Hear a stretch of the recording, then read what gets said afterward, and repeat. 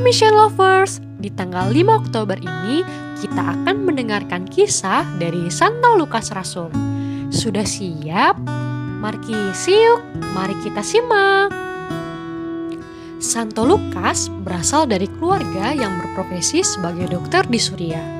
Ia lahir sekitar tahun 10 sebelum Masehi di Antioquia dan meninggal di TB tahun 93 Masehi. Kemungkinan besar Santo Lukas adalah simpatisan Yudaisme, karena ia sendiri bukan orang Yahudi. Ia menjalani pendidikan ala Yunani Helenisme yang membentuknya menjadi orang berbudaya Mediterania Timur waktu itu. Inilah situasi khas dari keluarga yang memiliki status sosial ekonomi menengah ke atas sesuai dengan profesi yang dijalankan. Kita bisa mengenal jejak kualitas pendidikannya yang tinggi dari redaksi teks kitab suci yang elegan.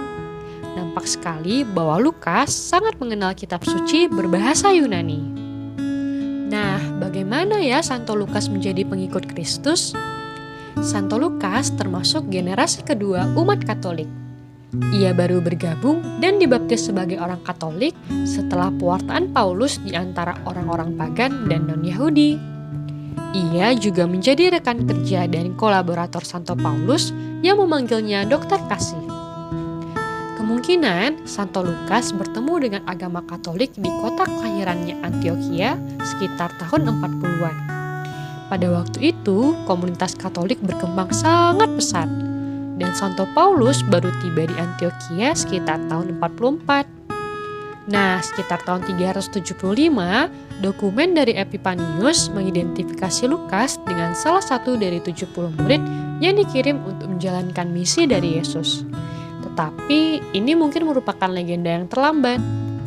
Tradisi-tradisi legendaris akhir dan legendaris lainnya bahkan mengidentifikasi Lukas dengan murid anonim dalam kisah perjalanan ke Emmaus atau dengan Lucius dari Kirene. Santo Lukas dari Antioquia ini tidak secara langsung mengenal Yesus, namun dipastikan bahwa dia adalah pengikut setia Paulus dan rekannya dalam perjalanan misioner Paulus yang kedua dan ketiga. Bahkan jika perannya dalam gereja Katolik perdana nampaknya tidak menonjol, namun jejaknya secara tidak langsung itu sangat penting. Patutlah kita bersyukur atas teks kisah para rasul yang membantu kita memahami evolusi dan sejarah dari komunitas-komunitas Katolik pertama. Perjalanan misioner Paulus dimulai sekitar tahun 50 dan berlangsung selama 4-5 tahun. Mereka berangkat dari Antioquia dan berkhotbah di Turki dan Yunani. Perjalanan ini berakhir dengan kedatangan mereka di Yerusalem, di mana Paulus ditangkap dan ditahan di Kaisarea. Nah, Santo Lukaslah yang dikisahkan sebagai orang pertama yang menyertai Paulus dalam perjalanannya ke Roma, hingga menunggu untuk diadili oleh Kaisar. Selama kurang lebih 2 tahun, Paulus menjadi tahanan rumah dan Lukas mendampinginya. Selama Paulus tinggal sebagai tahanan rumah di Roma, sekitar tahun 60-62, kedekatan Lukas dengan sang rasul dibuktikan oleh 3 perikop surat-suratnya kepada jemaat di Kolose, kepada Filemon, dan Timotius. Kita juga mengenal Santo Lukas sebagai penulis Injil ketiga dan kisah para rasul. Santo Lukas memulai Injilnya dengan 2 bab di mana ia menceritakan kelahiran dan masa kanak-kanak Yesus.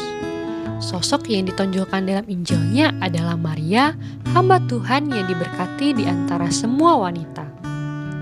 Inti dari Injilnya merupakan rangkaian bab yang mengisahkan berbagai khotbah Yesus dalam perjalanannya dari Galilea ke Yerusalem. Kisah para rasul juga menggambarkan sebuah perjalanan mengenai kemajuan Injil yang mulia dari Yerusalem ke Asia Kecil dan Yunani ke Roma. Tokoh utama perjalanan dalam kisah para rasul adalah Petrus dan Paulus, di mana di atas mereka lagi tentu ada Roh Kudus yang senantiasa menggerakkan semangat misioner para rasul. Inilah roh penghibur yang turun pada hari Pentakosta dan membimbing mereka dalam mewartakan Injil kepada orang-orang Yahudi dan kaum pagan. Santo Lukas menulis Injilnya untuk orang-orang Katolik yang berasal dari paganisme yang memiliki keraguan tentang Yesus. Orang-orang ini ingin memahami dan memperjelas keraguan mereka tentang kehidupan Yesus dari Nazaret. Santo Lukas ketika dia menulis memikirkan orang-orang dan komunitas-komunitas jemaat Katolik yang terletak di kota-kota besar. Ia memahami baik-baik kelemahan komunitas umat Katolik yang baru dibangun. Dia menulis Injilnya juga untuk orang-orang dari latar belakang budaya yang berbeda dengan banyak hambatan dan saling berprasangka yang membuat kehidupan bersama menjadi sulit. Santo Lukas juga menulis Injilnya untuk sebuah komunitas yang mengalami keraguan, krisis, keputusasaan, yang merasa dirinya sebagai minoritas yang tidak berarti di hadapan luasnya kekaisaran. Menurut prolog Antimarkion, Lukas tetap selibat sepanjang hidupnya dan tidak memiliki anak. Ia meninggal pada usia 84 tahun tanpa tanda-tanda kemartirannya di Tebes yang sekarang adalah Yunani. Menurut Gaudentius dari Brescia dari abad keempat dan Santo Gregorius dari Nazianze justru sebaliknya. Lukas menjadi martir di Patras yang sekarang adalah Yunani bersama dengan Rasul Andreas. Menurut laporan Santo Hieronymus, tulang-tulangnya diangkut ke Konstantinopel dan yang sekarang adalah Turki. Menurut tradisi, Lukas meninggal sebagai martir di Patras di Yunani. Sekarang, jenazahnya berada di Basilika Santa Giustina di Padua, Italia, dan hanya kepala saja yang diabadkan di Praha. Sebagai seorang pengamat yang penuh perhatian, Lukas memahami bahwa kedatangan Tuhan tidak akan segera terjadi. Oleh karena itu, ia membuka cakrawala sejarah komunitas jemaat Katolik perdana yang ditakdirkan untuk tumbuh dan berkembang untuk mewartakan Injil. Dalam tradisi Katolik, Santo Lukas juga diyakini sebagai ikonograf pertama yang melukis Bunda Maria, Petrus, dan Paulus. Itulah sebabnya Lukas menjadi pelindung para pelukis dan ikonograf. Gereja Katolik dan Gereja Ortodoks menghormati Santo Lukas sebagai orang kudus dengan lambang lembu yang dirayakan setiap tahun pada tanggal 18 Oktober.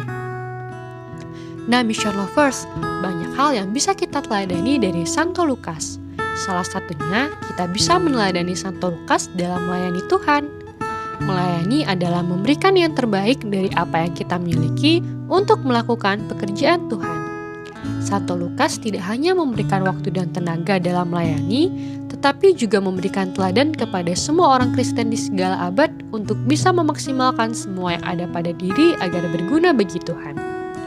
Bagaimana Mission Lovers? Beranikah untuk meneladani Santo Lukas dan menjadi generasi yang aktif dalam melayani Tuhan? Sampai jumpa di cerita Santo-Santa lainnya. Bye-bye!